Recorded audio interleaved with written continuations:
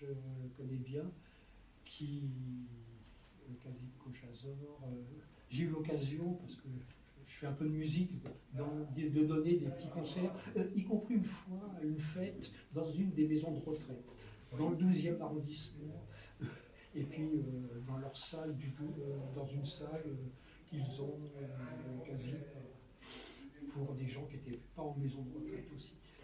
Et le Café des Psaumes, il y en a pas mal qui sont au Café des Psaumes, là.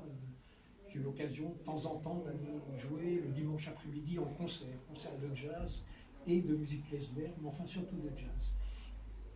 Alors là, j'ai déjà présenté le petit livre que Camilla vient d'évoquer.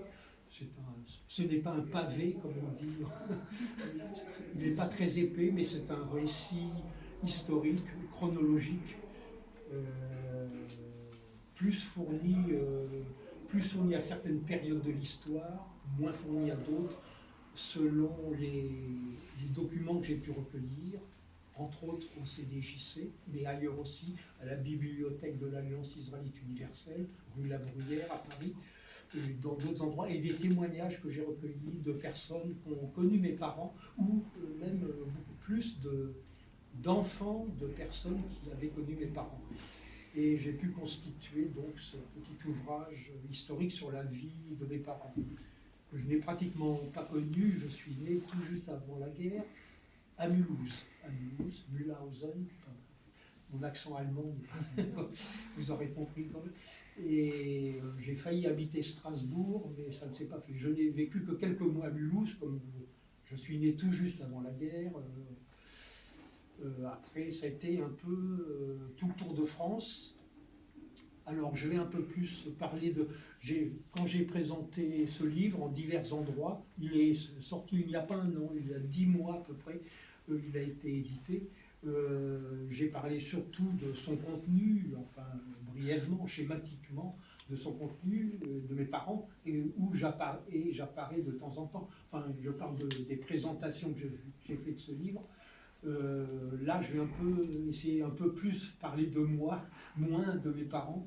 Alors, donc, né à Mulhouse, je fais une parenthèse, mes souvenirs réels, moi, commencent après la guerre.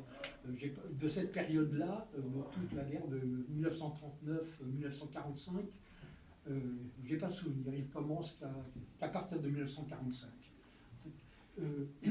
Alors, les choses étant ce qu'elles sont, l'entrée, la guerre en 1939, l'entrée de l'armée allemande en Alsace d'abord, Belgique. Alors, ma famille est partie, comme beaucoup d'Alsaciens, comme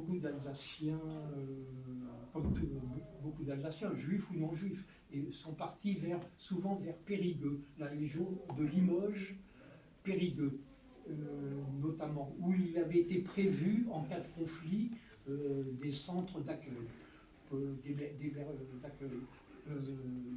La population juive d'Alsace va aussi là. Après l'armistice qui est signé en 1940 entre la France, dirigée à l'époque par le maréchal Pétain, et l'Allemagne,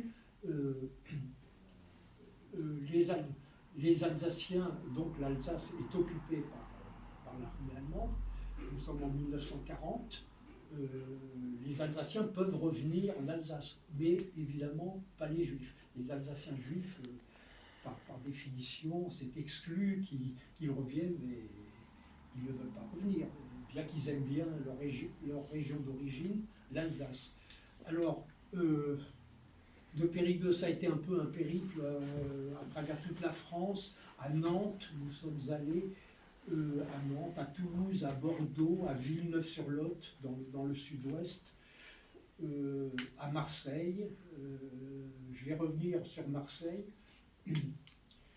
Alors, on est avec notre mère. Mon père, vu ses activités, il était aumônier. Il y avait des camps d'internement dans le sud de la France pour les populations étrangères, camps de travailleurs étrangers, on appelait ça, dans le sud de la France, qui n'étaient pas occupés encore, compte tenu des accords de l'armistice de 1940 qui n'était pas occupée par l'armée allemande.